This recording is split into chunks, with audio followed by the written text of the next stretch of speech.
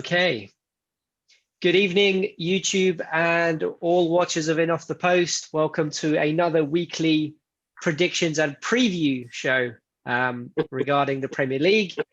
With me as your host, Trent, is my fellow admin and Spurs fan, Sean, all the way from Deutschland. Also returning our recurring guest, Mr. Consistency, as he calls himself, Chirag. Last but certainly not least, one of the group founders and avid Arsenal fan, sometimes not for his own good, Mr. Fox, who joins us from work. I finished. Excellent. So this we had a full complement of Premier League games, but unfortunately the Friday game actually got cancelled. Newcastle versus Aston Villa was supposed to be tomorrow at St. James's Park, but it was, or the Sports Direct Arena, whatever it's called these days. But it was postponed due to some COVID tests, positive tests, I should say. So that is, I think, yet to be rescheduled. So unfortunately, we don't have all 10 fixtures to preview. So we will move on to the Saturday games. So the first game of this weekend is Burnley at home to Everton at lunchtime. Burnley down in 19th, humped by a rampant City side last weekend, as I correctly predicted.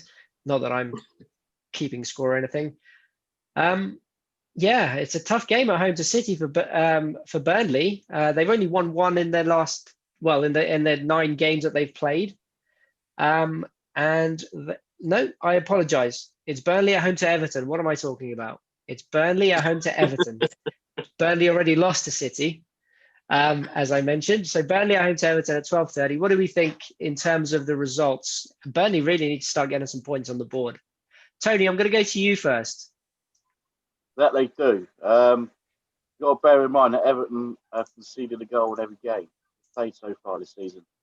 They're also without Luka Ding, who's probably, you could say, is instrumental in going forward.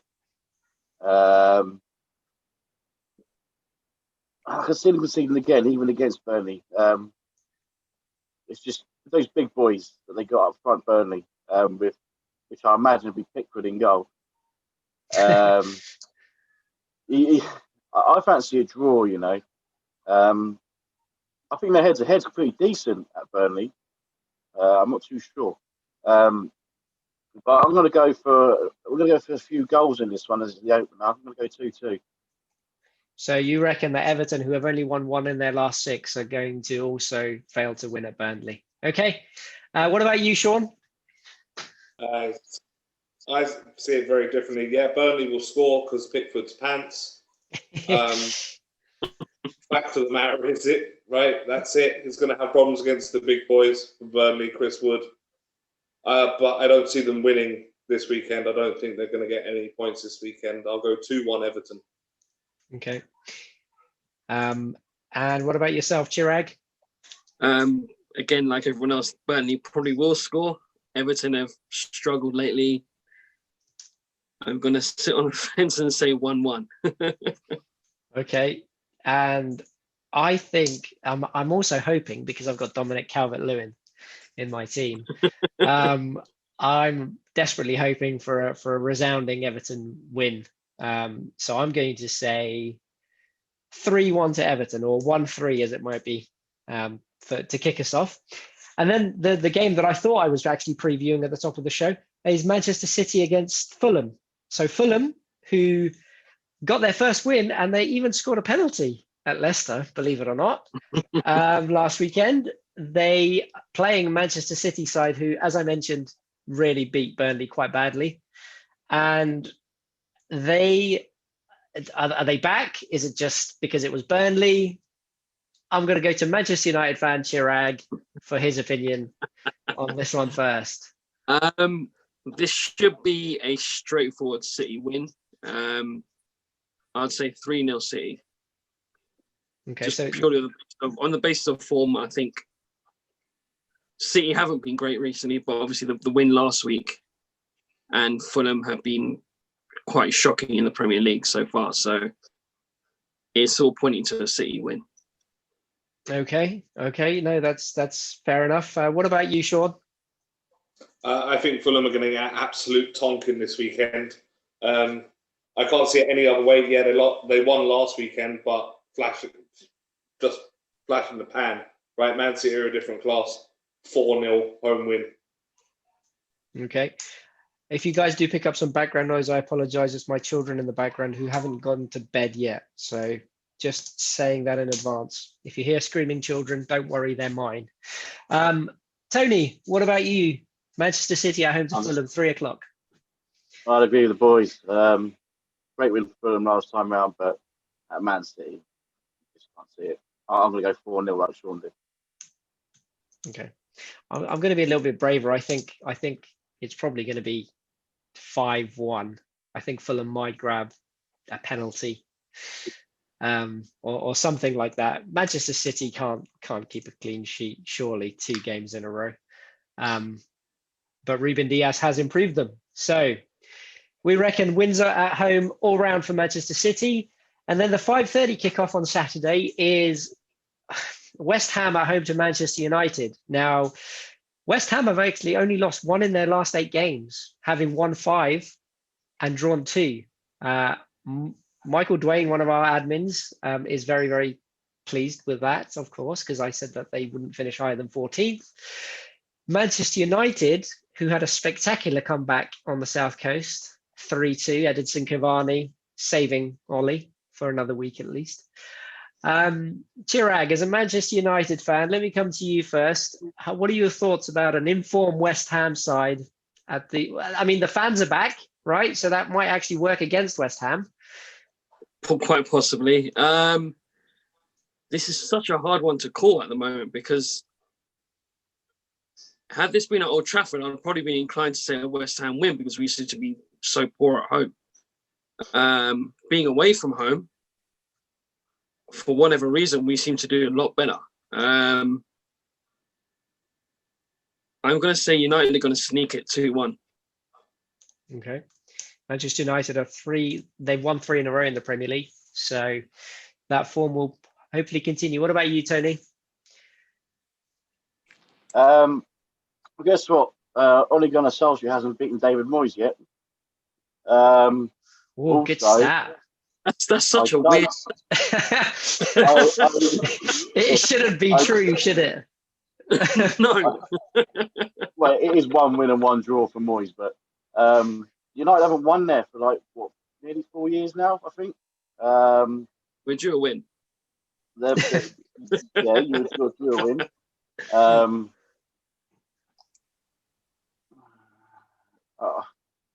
Form's the same, was quite similar. United like to concede goals. West Ham like to score goals. And I'm going to go for a 2-1 West Ham win. It's something about United when they play at West Ham. It's not just the last 4 away games for Man United there. It's just whenever they go there, they find it hard. They really do. I think Man United got 1 win in 7, maybe 8 away at West Ham. And the way West Ham are playing, they're going to be full of confidence. After watching Man United midweek as well.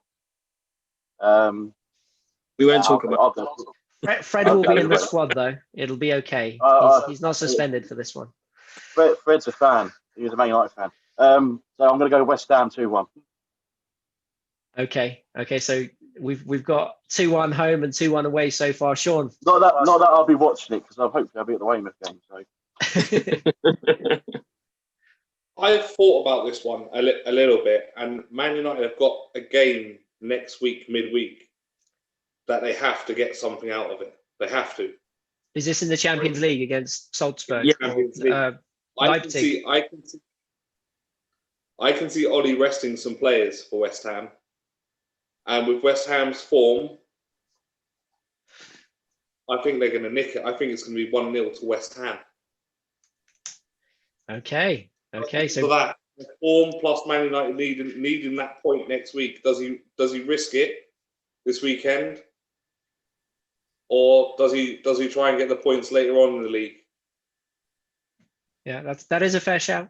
And with that in mind, I think you're right. It's not Salzburg, it's Leipzig even though they're Like, basically the same team, but just sponsored by Red Bull. But it's actually Leipzig. Yeah, it's a tough one to call. I mean, it's an evening game as well. I mean, I know there's United fans out there going, "Oh, but we spanked them 5-0 last time." It was at the beginning of the group stages, short pre-season. It's been a funny old season at the early stages. Leipzig's just second in the Bundesliga. That's nothing to scoff at. You can't write them off. You can't. Absolutely not. Look what they did to Spurs last year. The start of the Champions League was just very bizarre. Anyway, I think all way around. Anyway. Yeah. It's been a crazy with no preseason, as Sean said. I'm actually going to say 1-1. I think West Ham will put up a brave fight, but Manchester United will come away with a point. I don't think they will lose. They've got something to prove, hopefully, after the PSG game. And then the evening kickoff is Chelsea against Leeds at Stamford Bridge at 8:00. Chelsea haven't lost since the second week of the season, that 2-0 against Liverpool, I think it was, with a red card. They had a pretty dour draw against Spurs. Perhaps if Lampard was a little bit braver, he could have won that game, but Sean won't appreciate that. Leeds, after 2 4-1 defeats, have kept 2 clean sheets now, and they won 1-0 at Everton with a great goal by Rafinha. So I'm going to go ahead and give my prediction first, and I want to hear from you, lads. I think this will be an exciting game, or it should be. But then I said that about a lot of games last week, and they turned out pretty terrible. So I'm going to say 2-2. I think Leeds will get something here. I think that style that they have might cause Chelsea some problems at the back. What about you, Chirag? Believe it or not, I was thinking the same thing, 2-2. I think going forward, Chelsea have looked very good. But so do Leeds right now. Quite frankly, as a United fan, I don't think I particularly want to play them just yet. But yeah, I say 2-2 draw. Okay. Good to hear that I'm not the only crazy one here. What about you, Sean? I mean, but for me, that's absolutely wishful thinking. A draw or a win for Leeds is wishful thinking. But I don't see it. I mean, yeah, they're good going forwards, but they're not a Premier League side yet at the back. You know, I can see them scoring, but I can't see anything other than the Chelsea win, 3-1 Chelsea. Okay. What about you, Mr. Fox? Yeah, I echo that. I think you two are crazy, to be honest. I'm going to go 3-0. I don't even think Leeds are going to score. I think Chelsea are going to just do what they've been doing and just shutting opponents out, and they're going to score more. It's that simple. 3-0, job done. Olivier Giroud, after a record equaling 4 goals in the Champions League. It's nuts. You know, it's just it mind boggles how Tammy Abraham gets in ahead of him. But anyway, more than likely. Indeed. And then moving on to Sunday's games, we have West Brom at home to Crystal Palace. West Brom finally got their first win, that 6-pointer against Sheffield United. But they have 6 defeats already. Palace won the most boring game I've ever probably think I've seen for in a long time. And I was adamant it was going to be 0-0 in my predictions, and I was 88 minutes in. But Newcastle managed to score. They lost, and Newcastle managed to score 2 late goals. Callum Wilson. What do we think about West Brom at home to Palace, 12:00 on Sunday? Tony? For me, this is one of these ones where you can flip a coin or sit on the fence. So I'm going to flip this coin. Palace has still got no Zaha. Clean sheets. I don't think they've had a clean sheet, Palace, this season. I'm pretty sure they haven't. No, they have. On the opening day of the season, they beat Southampton 1-0. Oh, that was yonks ago.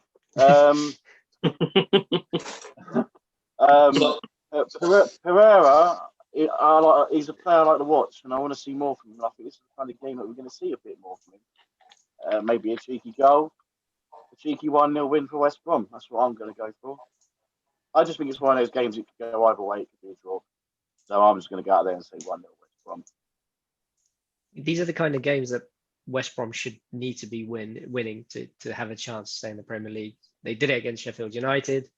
Palace will be in and around that area, that sort of bottom 6-7 clubs. So if you look at those bottom clubs, for me, West Brom, they've got a stronger manager, I think, and the players, they've got some good players in there. I think some of them are better than like Fulham's.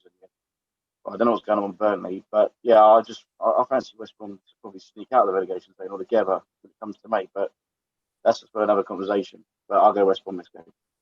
Okay. What about you, Sean? I won't be watching it. There's a face that doesn't care, to be honest. 1 o'clock on a Sunday. I think I'll be going for my Sunday stroll with the missus. I think at 1 o'clock between 1 and 2. Bollocks to that. Yeah. 0-0. 0-0. 0-0. Okay. And what about yourself, Chirag? We haven't got high scoring aspirations. Well, I'm saying, let's say 1-0 Palace. Oh.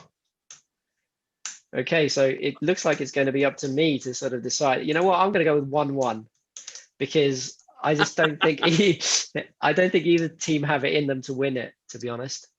And I just fancy, the know-how of Roy Hodgson to get a point.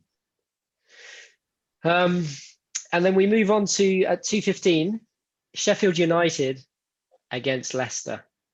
Sheffield United, who, let's face it, are in trouble, boys. I mean, 1 point, 9 out of 10 defeats. That only draw was against Fulham. And they're 4 points adrift at the moment as well. So can Chris Wilder put a stop to that? And Leicester, who will be annoyed that they've lost tonight in the Europa League. They lost at home to Fulham last weekend as well. What do we think? Let me ask Sean's opinion. Sheffield United hosting Leicester. Sheffield United are in big, big trouble, mate. Big, big trouble. And against the Leicester City team that could and can score goals for fun on their night. Let's get it straight. Leicester are going to win. Are they going to win big? Possibly. I think 3-0 Leicester. Sheffield could be the worst team in the Premier League since that Derby County team. That's how bad it's looking. Yeah, we were saying that about Fulham. Yeah, we were saying about Fulham, but Sheffield United looking serious second season syndrome, as Tony said. And been picking up the points. Yeah, absolutely. And the stats actually back you up on a Leicester win. I've got an interesting stat here. Leicester, who look like title contenders, have lost their last 2, but they've won 3 games, then lost 2, then won 3, and now have lost 2. So the pattern suggests that they will win at Sheffield United, if nothing else. But they haven't drawn yet. No, they have not drawn yet. Okay. So it's not looking good for Sheffield United and Chris Wilder. But Chirag, let me bring you in. What do you think? Again, I think Leicester away win 3-1. I think Sheffield United might get a goal, but I think 3-1. Okay. Yeah. I mean, I personally don't even see them scoring a goal. I think Leicester will probably win this 2-0. I just don't see where the goals are coming from for Sheffield United. They, Mousse used to get a few. They used to get a few from Lundstrom last season in midfield and that kind of thing. But this season, it's just nothing's happening. Tony, I know you're smug because you've predicted Sheffield United to have second season syndrome. So let me bring you in and get your opinion. Thing is, though, I can see this being, they'll look at this Sheffield United and go, we need to do something. We really need to do something. Leicester, not on the greatest form. And I think, I think I might give them a little bit of a game defensively. Because they need to start getting points. That's the reality. I think Sean's right. I think they'll be contenders for the fewest points in a Premier League season. But because it's one of those games you think, the other team's going to batter the other team, and I just think maybe it's going to be 1-0 Leicester. the penalty that they always get. Yeah. Leicester. So that's how they're going to win it. Okay, so Tony reckons a narrow win for Leicester. And then moving on to 4:30. I mean, we should really just skip this one. Let's be honest. It's top of the table Tottenham hosting Arsenal at 4:30. Sorry, can you repeat that? You cut out a little bit. Joint top of the table Tottenham.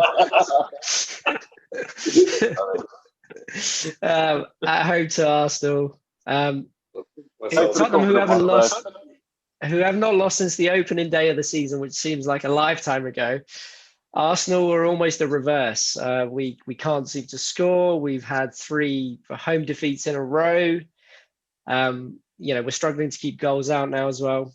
I know what Tony thinks of Mikel Arteta, but I want to go to Sean first because it could get very long if I let Tony go first. So, Sean, how are you feeling about another London derby and the North London derby? I honestly, this is the first North London derby where I've probably been so overconfident of a win than ever before. However, I know it's a North London derby and it's not going to be that plain sailing.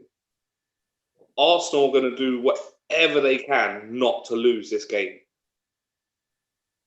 The players, if he can't get the players fired up for this game, then he's not the right man for the job. Arteta, and that's the God's honest truth. If they go to our stadium and just roll over because he can't get them fired up, I hate to say it, but then he's got to go, right, for Arsenal. If you can't get the players up for that game, there's no point in even turning up and getting dressed. I'm going to lead with my heart on this one. It's a North London derby. I think we've got the form. We're at home. We'll have the fans. 2-1 Spurs. Okay. Very good point as well. They're going to be Tottenham fans there, like you said. Yeah. Yeah, I think we're seeing just how important fans are in these Europa League games in terms of a little bit of atmosphere, a little bit of. Because we scored 3 in the first half. Well, it was against an Austrian team, but yeah, I mean, I think the fans as a refreshing change as well. So, Chirag, I'm going to come to you first. Sorry, Tony, I'm going to make you wait for this. Chirag. I don't know what about. This is a weird one to call because obviously, if you're basing just the game on pure form, it's Spurs win all the way through. You would say comfortable 3-0 win. But as Sean said a minute ago, that if Arteta can't get Arsenal up for this game, surely then his job's on the line for immediately straight after. I'm going to stick with what I said. I'm going to say Spurs 3-0 win.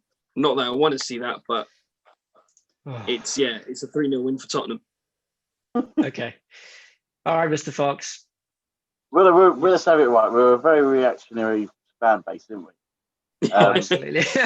and listen, when I've had a little moan about Arteta recently, some of these games, the way we've been playing and all that, it has been reactionary. I can admit that, because it's really hard to judge anyone, especially this season as well.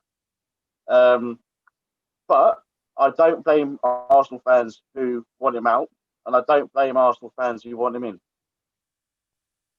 But as Sean and Chirag's mentioned, if he can't get players up for this game, to at least put up some kind of fight, even if we lose, then yeah, you really, really, really got to start asking serious questions about him. The last time we won there was, I think it was that Thomas Rosicky goal, wasn't it? Second minute. It was in March 2014, something like that. Wow. Really? That's the last. If you exclude the EFL Cup where Family scored that screamer, that's the last time. And I'm pretty sure Mikel Arteta must have been in that team then.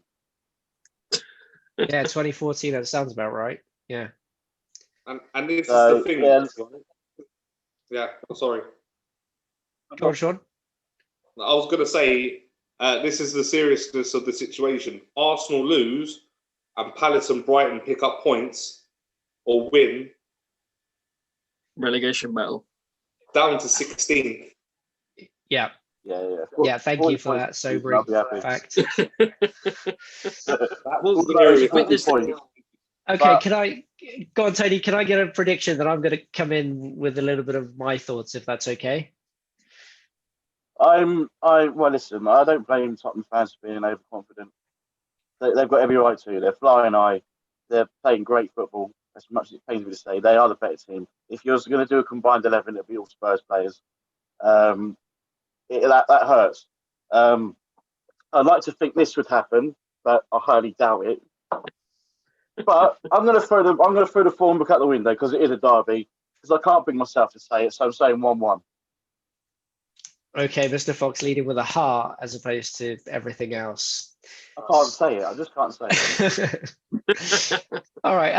I'll just give my sort of little soundbite in terms of on Arteta and where we're at. I mean, it's turning to become another miserable season. I think Arteta he needs some time. And Tony did say we are a reactionary fan base. After Manchester United, we were going to win the league, and after Wolves, we're going to get relegated and everything in between. My concern is very much the fight. If the players don't have it, then we're in trouble. I think he's got to change the system. And I have never been less confident of a North London derby in my life. No, never. And I don't think we're going to win. And I don't think we're going to get a point. I think we're going to lose. And I think we'll lose 2-1. And the reason I say that is because Spurs have the form. They're up for it.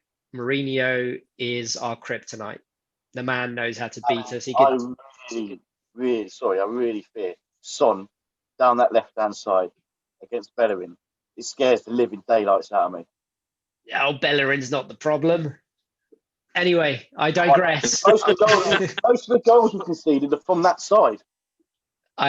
We can talk about that until the cows come home, but we'll never agree. If he's not Lucian, mate, he's part of the problem. like Trent said, I really want to see a fight. That's what I'm going to be looking for. Win, lose, or draw. I just want to see some fight. Yeah.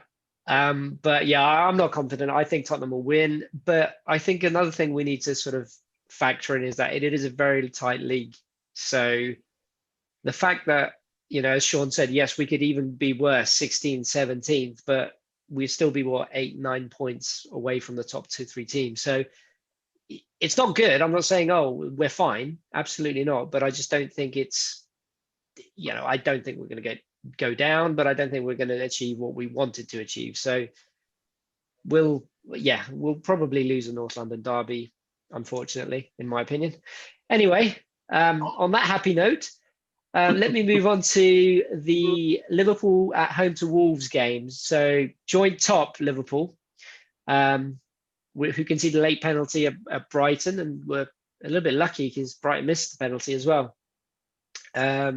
Wolves, massive win against Arsenal. Well, it's not a massive win to win at the Emirates anyway, this season. But what do we think, gentlemen? Sean, Wolves away at Liverpool, 7:15.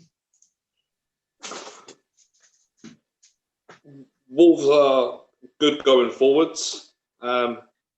We said Liverpool defence is a bit shaky. They weren't great against Ajax. They weren't great against Brighton. I think we keep on saying it week after week. Liverpool have got to lose now. They've got to lose now. Wolves without Jimenez, it's tough. I'm going to go for a 1-1 draw. Just so Tottenham go clear at the top. No, not just so Tottenham go clear at the top. I think Wolves have got enough about them to get a goal, but Liverpool haven't looked like Liverpool, and I think they don't have the leadership at the back with Van Dijk being out. Their defence is very, very young. The players that he's entrusting haven't got any experience, but at the same time, Wolves without their talisman, it's got draw written on it, and I think there'll be some goals, but I don't think either team will go out there just to throw the kitchen sink at it. There's no point. 1-1. All right. And what about you, Tony? I've actually noted the same scoreline down myself. 1-1. Just the Wolves are actually in decent form. I think they've lost 1 in the last 7. That was against Leicester away from home. So, they're playing all right. They're conceding less now. Like Sean said, they still got a little experience at the back. Alisson's, of course, injured as well now. I wouldn't be surprised if Wolves did win. I just can't see that. I can't see the record being done now. I was going to sit on the fence, go 1-0. All right. And what about you, Chirag? With that dodgy defense, with all of us saying their record's gonna crumble at some point. 2-1 or 1-0. 2-1 Wolves. Oh, okay. The Manchester United fan backing for a second week in a row Liverpool to lose. I am probably going to be the opposite of you guys. I just think Liverpool, Jota's really give them something extra. Wolves, I think, obviously losing Jimenez to that sickening head injury, which we'll talk about head injuries at the very end. Obviously, we wish him well. Unfortunately, he's fractured his skull, we've learned. I just don't think. I think Wolves have, they put in a lot against Arsenal, and I think Liverpool are a different proposition. So I think Liverpool will win 2-1. And then moving very quickly on to Monday night, we've got Brighton at home to Southampton. Is this a derby? I mean, it's a South Coast derby. Yeah. Okay. So it is a derby. Brighton 2 draws and a win in the last 3. Southampton snatching defeat from the jaws of victory at home to Manchester United. What do we think very quickly, gentlemen? Because I just want to have a chat about head injuries and substitutions at the very end. What do we think, Chirag? Brighton at home to Southampton, 8 o'clock Monday. Southampton have a habit of conceding late goals. I think I was reading the stat during the game that they've conceded more goals in the last 10 minutes than any other club this season. All of those were against Tottenham, probably. I'm going to call this a draw. I think 1-1. I think I'll probably give them more draws than anything this week. If I'm from where Liverpool are concerned. Well, of course. Not the Eurovision, Chirag. Sorry? It's not the Eurovision here. 1 point. 1 point. Yeah, exactly. Good point. Sean, what about yourself? I just think Southampton have got more about them. 2-1 Southampton. Away win. Okay. Tony? I think it's quite an entertaining game, actually. Lamptey's back as well. I'm going to go just for a quick one, 2-2. I think it's going to be entertaining. We're going to see a few goals. I'm going to go for a draw, 2-2. Derby game. Okay. Yeah.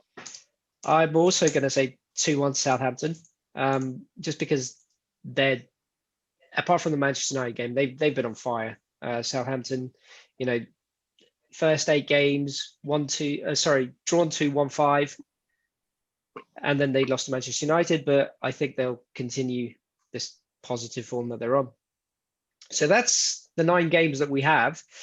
Obviously, we had a very traumatic injury in the Arsenal versus Wolves game, where Jimenez, as I mentioned earlier, ended up in hospital. I just wanted to get your guys' opinions on the substitutions, the head injuries, mandatory, etc. Just a couple of sentences from each of you guys. I mean, I think that, in my opinion, if there's a clash of heads, you immediately have to make a mandatory substitution, and you get it as a free sub, right? It doesn't count towards your 3, and nobody's gaining an advantage, but it's the safety of the players.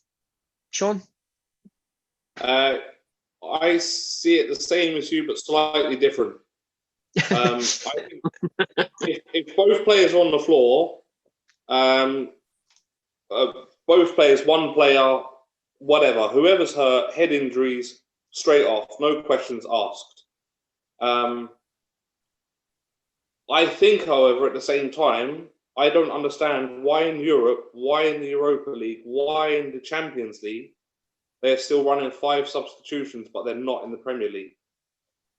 So just very quickly on that,